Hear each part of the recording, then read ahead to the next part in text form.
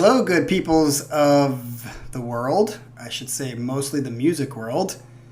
It's a double Dream Theater day. Holy cow! And it's raining on the streets of Seoul. And we are back not to do a reaction, but when I talked about in the last video, if you watched the last reaction to the Dream Theater Raise the Knife, I basically said at the end of that, which I'm going to say right now at the beginning, in the community tab, there is a post for next week's video, which is basically going to be a question and answer from me. So if that's something that you're interested in, please go to the community tab that you see right here in the picture and post a question. It can be about anything, really. I just say that I have the right to not answer some of those questions in case, with the way things are going, especially in the United States, which is most of the people who watch my videos are from the United States. I could say something as simple as, I like my blue Galaxy Buds Plus, and I will somehow get labeled a bigot or a racist somehow. So I might either choose, if I answer a question, I go back in editing and realize, oh crap, that could get me in trouble, that I might edit it out or not answer the question at all. But that still shouldn't stop you from asking questions. Any questions on the board. I already have somebody ask me if I'm gay, so that'll be interesting. I asked myself that question from my other account, so you can ask me anything. I'm down. I'm pretty much an open book. I don't really care for the most part. I'm not going to share my deepest, darkest secrets to the internet world, but I will answer probably most of the questions anyway. So go over and do that, and that will be next week. And what we're going to do now is one of the questions that was already posted there in the community tab, which was my Dream Theater tier, or my Dream Theater favorite albums, or maybe my favorite songs. And so I think what I'm going to do this week, or this video, is we're going to do my favorite Dream Theater albums, and then next week, along with the question and answers video, I'm going to do my Dream Theater favorite songs, like maybe top 10 songs. So what we're going to do now is we're just going to start. I've come up with 4 different tiers. The 4th tier is the worst, and of course the 1st tier is going to be the best of the albums. I'm guessing some of this, not all of it, because I've watched other Dream Theater fans do these tier kind of things, and I was surprised at some of their picks. So I'm positive, definitely with a few of them, that you guys are going to be quite surprised, or some of you are going to be quite surprised with my list. Now, my disclaimer is this: it's just my list. That's what all the other guys say too in their reactions or their list for Dream Theater is, everyone's got their different stuff that they like. You have your train of thought guys that are heavy, and then you have your guys that would even like Falling Into Infinity and stuff like that. So it's going to be interesting, I think, for some of you to see where my albums fall. Some of you who know me, and I've already mentioned some of this before, some of it's going to be pretty obvious, and then probably some of it's not going to be so obvious. So I'll stop talking there, but I just wanted to give that disclaimer before, I get in the comments, are you freaking serious? How could you like that album? How could you not like that album? Because I'm sure it's going to happen. But as always, this is going to be fun. I'm going to try to be quick. I'm not going to spend a ton of time on this, but I'm just going to try to go through the tiers very quickly, maybe mention a few things about each album or some of the albums. And then when I get to tier 1, which will be my favorite albums, I'll probably go one by one of those albums that are in tier 1, which I think there's only 5 or maybe 6. So we'll see. There's only 14 actual EPs in all, so we should get through this pretty quick. So let's go. Okay, starting with tier 4, which is the worst of the albums. There is only one album in this tier 4 for me, and it should come as no surprise to you because I've mentioned it in other videos several times, maybe 3 or 4 or 5 times. And I would say most Dream Theater fans, or a lot of Dream Theater fans, are on the same page with this, with the exception of a few. But the Astonishing is the one It is the one bad album. Like, I would legitimately call it a bad album. It's the only album that I never bought. I bought everything, even if it wasn't the greatest of albums. It was in a tier 3 or something like that. I still bought the albums. This is the only album I never bought from Dream Theater, and I never will. Now, interesting enough, and you're going to see this next week as well, and I might say it a couple of times, but some of these albums that might be in the higher tier, like tier 4, tier 3, they have, even though the album itself is in a higher, like a lower, higher, depending on how you're talking, a bad tier, some of my favorite songs will come from those albums. So don't get like convinced that just because the album itself overall is in a bad tier or in a lower tier, higher tier, whatever, doesn't mean that they still cannot have some kick-ass songs that make it into my top 10. And as an example, I mean, Dream Theater can't put out a whole album that has no good songs on it. And ironically enough, the singles that they put out, The Gift of Music, A New World, these are good songs when they stand alone by themselves. And I think that's why they were picked as singles, because they were actually good songs. But overall, this album was just so cheesy. I could not get over, like, it's Petrucci. And Petrucci is like, I mean, he's written so many good lyrics. I mean, just a plethora of lyrics. A plethora? Oh, yes. You have a plethora. A plethora of lyrics that are really, really good.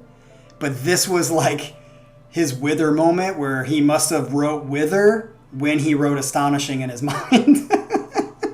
Because it was a complete miss. Just the whole Raven skill, like the names of the characters, the whole like Game of Thrones, Harry Potter Raven skill. Like, I'm surprised there wasn't like some dude riding around on a like magic carpet or something like that talking about the gift of music.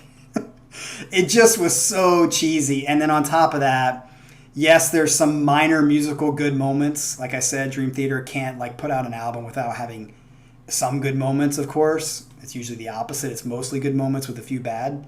But this was just too much dead space, too much ethereal. I think Jordan got way carried away with his, sonosphere stuff that he was doing. And it was just like the Dream Theater version of Tool, where they just meander about nothing and for like 30 minutes. It just had a few good moments, but the majority of it was just like, really? Like, not my thing. So this is the only album that falls in tier 4 for me. It is the only album that I never bought, nor will I ever buy, will I ever listen to again, outside of those couple of singles that I thought were really good or on my playlist. And the thing I have to say as a disclaimer going forward is two things. Number one, for Dream Theater to be around for 30 years in a career and only have one like bad album, to me is a testament of why they're my favorite band. I mean, think of how many albums they have and only one of them is bad. I mean, think of all the other bands like Metallica. They have 3 or 4 bad albums. Basically everything after Black. I'm kidding. I'm not that huge of a Metallica fan, so I don't really care. But there are a lot of bands who've had 30-year careers that have many bad albums. But to me, Dream Theater's had one bad album in that whole situation, and it's The Astonishing, unfortunately. And it's, I think, Petrucci's Wither moment. So let's move on to tier number 3. Okay, that one was already way too long, so we're just going to get to it. Tier number 3, and I definitely think this is going to surprise some of you right off the bat. So the first one in tier number 3 is Distance Over Time. And I feel like Distance Over Time has some really strong songs, but it only has a few strong songs. I feel like the rest of them, I haven't listened to them that much. There's about 3, maybe 4 songs that I like, and then the rest of them I can just kind of do away with. They're not bad songs. They're good songs. They're just not great. So the album as a whole just does not like stand out to me that much. So I find it interesting, and I'll say this maybe later again, but after Portnoy left, I love Mike Mangini. I think he's great. I do agree with the fact that Portnoy had more creative parts to a degree and more soul in his play versus Mangini's more rigid, but is still fucking amazing. Like, I don't have a problem with the two of them. It's not that big of a deal to me in the overall kind of Dream Theater scheme. I've said this before in other videos. If John Petrucci leaves, Dream Theater's dead. But Dream Theater's doing pretty good. Not as great, I think, as they used to be. But I think that was happening even before Portnoy left. They were starting to kind of do what I think is I'm going to say right now, which is it used to be that at the beginning, Dream Theater had like 9 songs that were really, really good and maybe 2 or 3 that were just so-so or good. And then when it got to like later, right before like Black Clouds and Silver Linings, a little bit before Portnoy, and this is why Portnoy left, because he felt burnt out and he felt like it was like the artistic ability and creativity was starting to kind of get complacent. That was his reason for wanting to take a break. And I think it was starting even before he left, that kind of the last 2 albums before Portnoy left, what was happening was it was kind of going to the other side where there would be like 5 songs that are great and 5 songs that are and just good.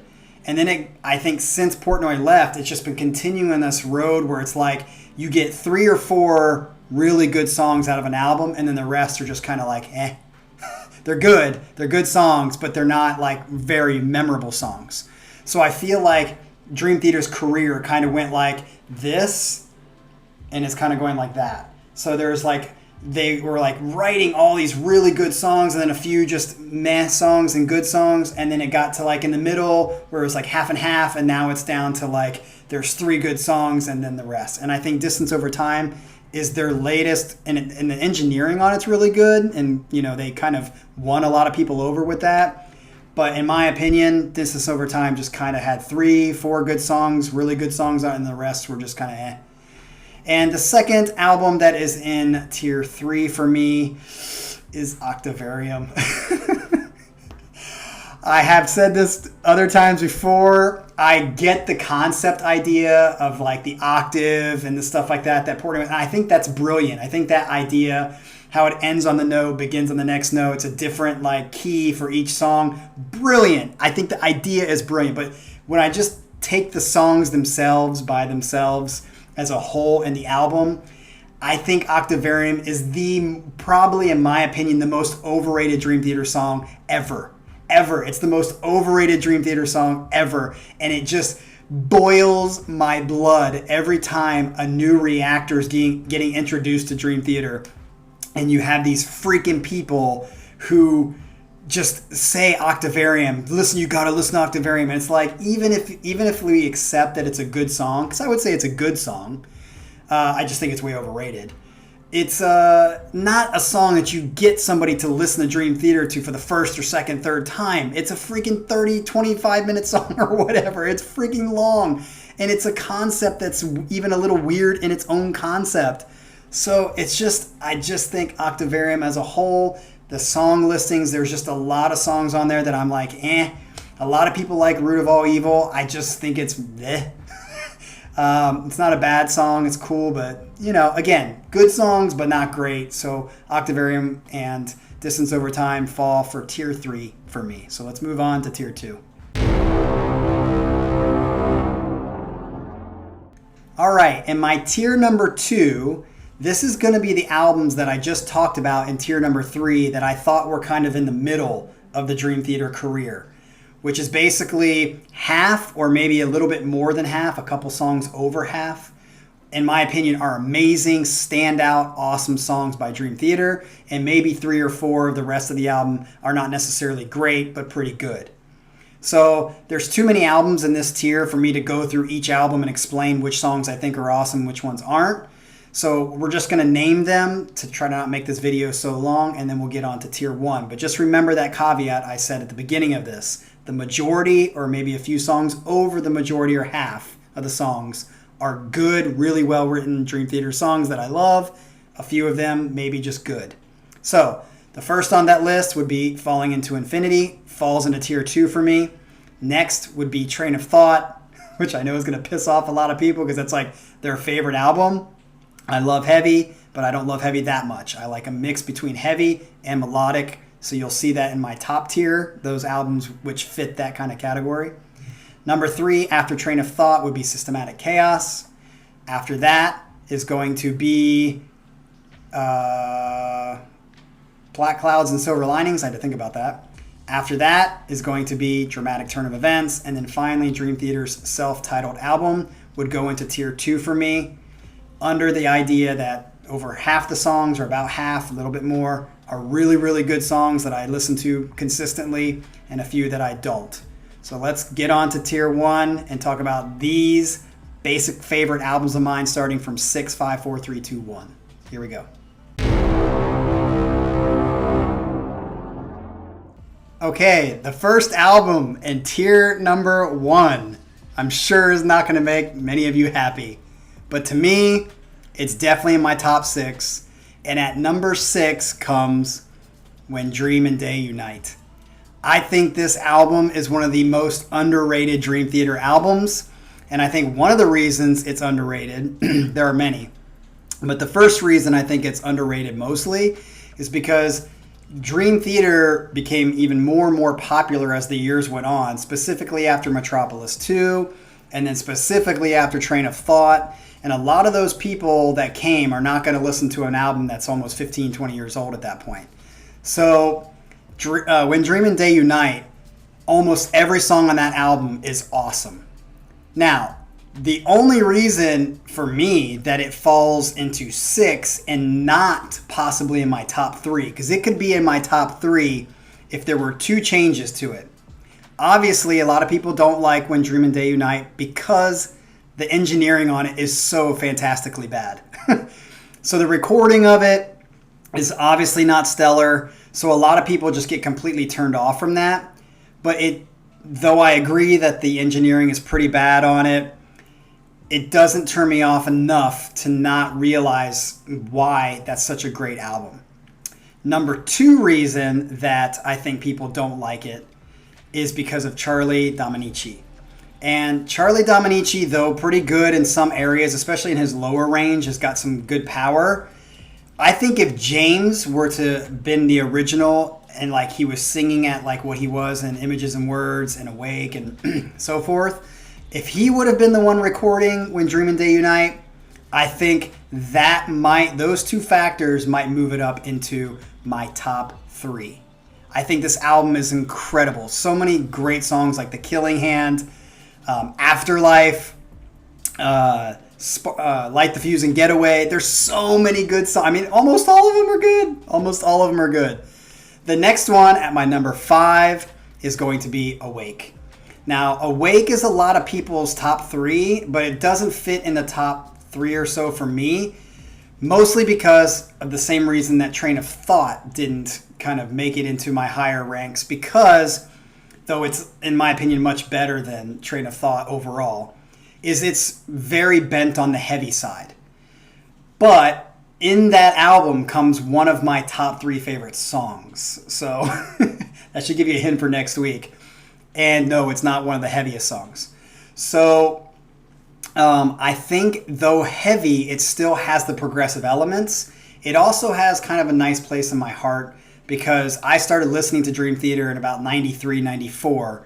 My first Dream Theater concert was on their Awake tour in Columbus, Ohio at the Newport Music Hall, which I then saw them again like 20 years later, which was like now 10 years ago, maybe 12 years ago now.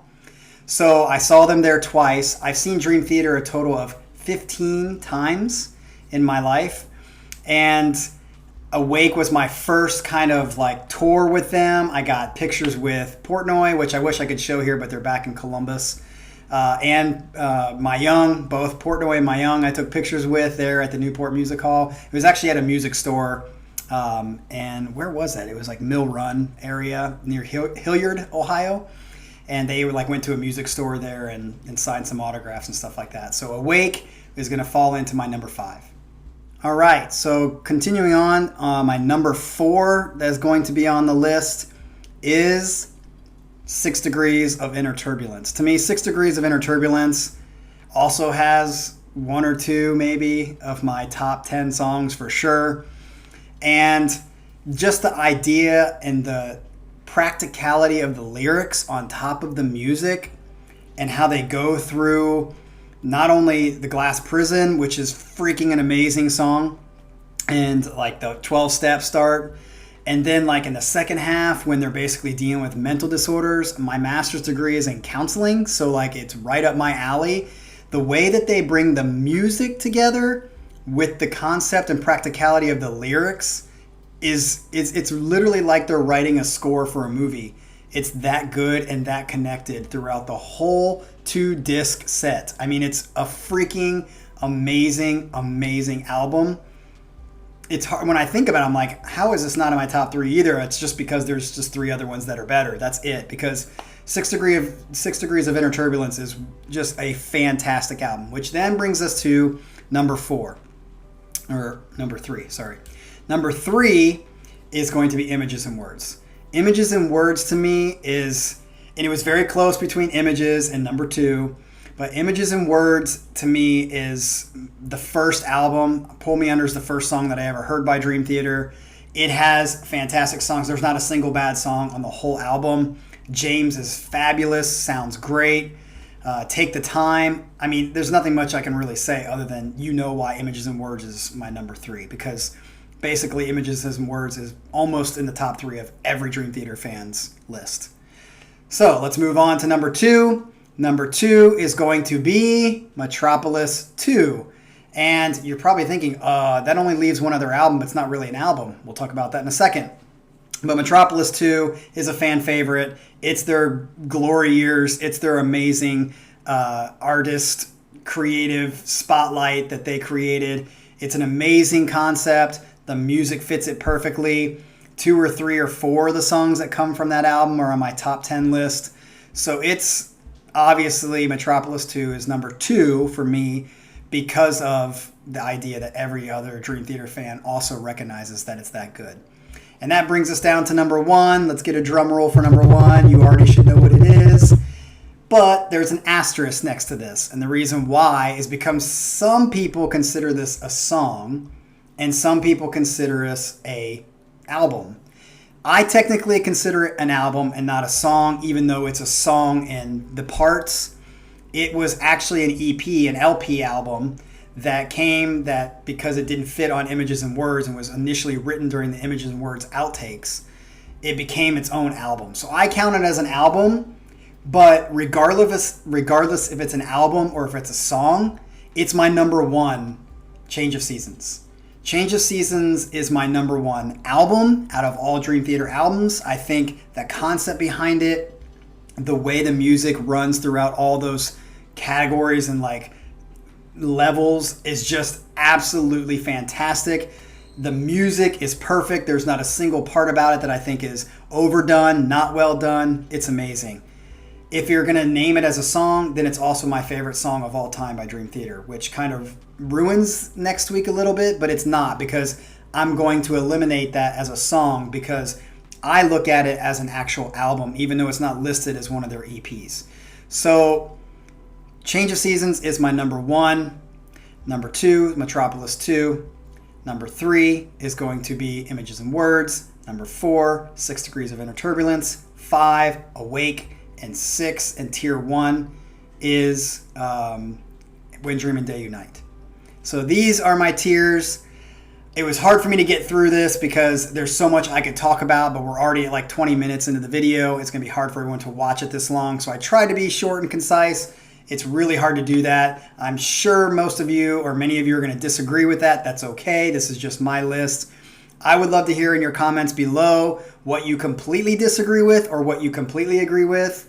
List your top 6 albums if you want to, or maybe your tier 4, 3, 2, and 1 if you want to. I would be interested, and I want to kind of get a general idea in the comments section, if you're a major Dream Theater fan, what you really think about the albums. And it'll be interesting to have a little discussion, maybe a back and forth where we can debate and disagree.